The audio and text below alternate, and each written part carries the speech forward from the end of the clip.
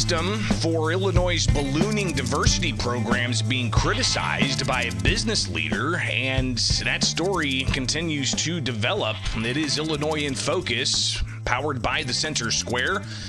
Go to thecentersquare.com and get the headlines in your inbox by signing up for the newsletter. It is free. And joining us now is part of the investigative team at the Center Square, Jared Strong. And Jared, we've talked in the past about some of the stories you guys are working on with your investigative team, but clearly you've delved into something else other than just states employee salaries and a variety of other issues concerning increased state spending, but you drilled down even more to focus on the state's diversity efforts.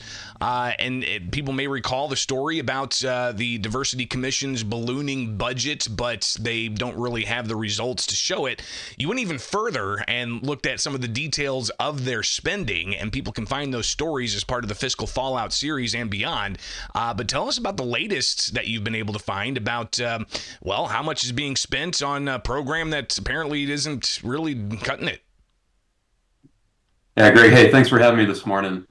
We've been following the Commission on Equity and Inclusion for a while now, as you said, as part of our investigations into government spending.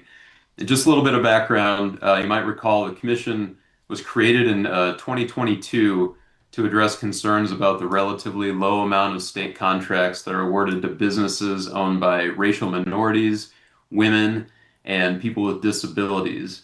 Now, lawmakers saw fit to pay 7 governor-appointed commissioners who oversee the new agency about $150,000 apiece, and they're not required to treat that as a full-time job like other paid appointments in state government. So as we've dug into their work, we've found that for more than a year, a significant computer problem has existed that's eroding a lot of the progress that the state had made toward its goal. It seeks to award at least 30% of the billions of dollars of government contract money each year to those businesses. And a major component of that work is to certify businesses that fall into those categories. It gives them extra assistance in the bidding process and encourages state employees to hire them.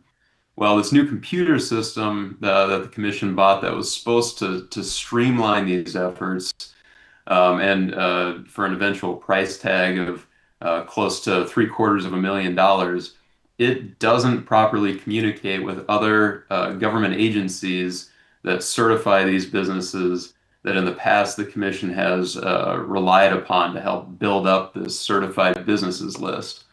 So this has led to a significant drop in those active certified businesses.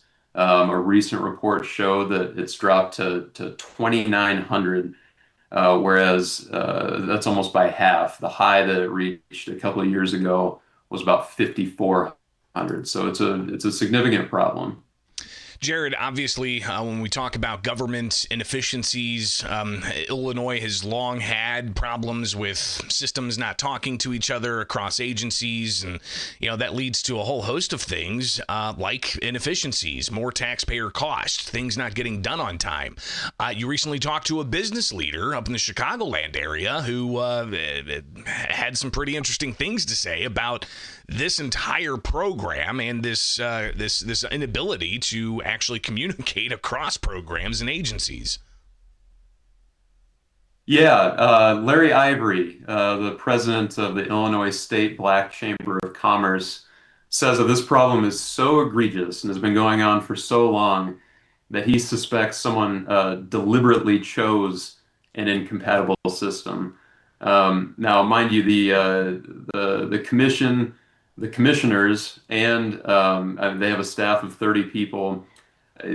The whole apparatus is flush with people, with women, with racial minorities, with people with disabilities. So it's not the kind of group that you would expect that would make a decision to deliberately sabotage this process. But Mr. Ivory and I pressed him on it, is telling me that, again, the problem is so significant and it can have such terrible effects, and it's been going on for so long that he cannot understand how this couldn't have been deliberately done. So when we further look at what's going on here, how much in tax dollars are we talking? I think in one of your initial stories, it was over $500,000. $500 million, right? That's going out in these types of contracts. Well, in their most recent report, the total bid award amount to these businesses was $1.3 billion for 1 year. Now they want it to be, oh gosh, I believe 5 times that. No, excuse me, even greater than that. So we're, maybe close to $10 billion would be their goal based on annually, based on the government spending. And we don't know what the total effect of this has been so far, the palpable effect, how much businesses have lost out on these contract dollars. We will have a better picture of that early next year when the commission releases its annual report. Not sure exactly when that's going to come. Usually it's February or March. But as Mr. Ivory pointed out, businesses that aren't certified, it puts them at a disadvantage over businesses that are. I mean, it really does help people get government contracts to the point where businesses try to get certified when they don't meet the requirements. And some have been fined in the past for misleading the state on its diversity efforts as far as their contracts go. So people want this. It's an important thing for them. And at this point, we really don't know what the overall effect will be, but we'll know that here in the coming months. Jared, where do we go forward with this story?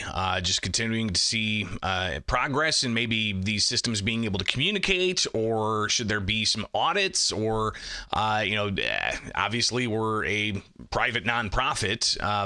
We're not in the government, so getting these documents sometimes can be kind of tedious in pouring through all of this. What are the next phases of this story? Well, we're going to keep pressing them on it. And despite my best efforts, again, we've been reporting on this stuff for weeks. Leaders at the commission just flat out will not respond to my request to comment for it, to just talk through the issue and let us know more about, what's going on behind sort of just the surface explanations that we have. So we've been doing lots of records requests, and they have been responding to those as they're required to by law. But essentially at this point, there's no clear solution. Again, the commission's been working for more than a year to solve this issue. We dug back through meeting minutes and saw that there were, that the issue was bubbling shortly after they went live with the system in July of 2024. But in a recent public meeting, they basically said, "Look, we don't know. We don't know what the right way forward is.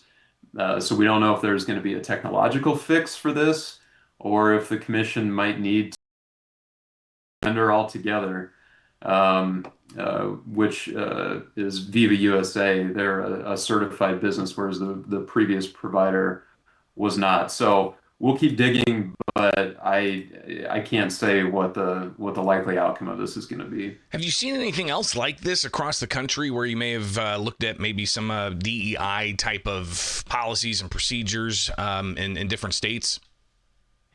No, not yet. And I mean, this very well could be some, especially as far as diversity efforts go, just an isolated incident. I mean, it's a computer snafu, and we've all experienced that. But even if we sometimes gripe about the IT folks being a little bit slow about fixing our mouse or keyboard, at least it gets done earlier than we're close to a year and 4 months on this. So it's been a long process, and so far, and I just don't know when it's going to resolve. I'm looking forward to more of your guys' work with the investigative team, not just in Illinois, but across the country. You can also see some of their work about congressional perks and a variety of other stories, so plenty to tackle at the Center Square beyond just Illinois. Jared Strong, thank you so much for taking time with us today. We'll definitely stay posted on your guys' work and talk with you some more in the future, all right? Thanks, Greg. Have a good week. You too. It is Illinois in Focus Daily, each and every weekday morning here. You can catch the headlines in your inbox and join us for more Illinois in Focus Daily.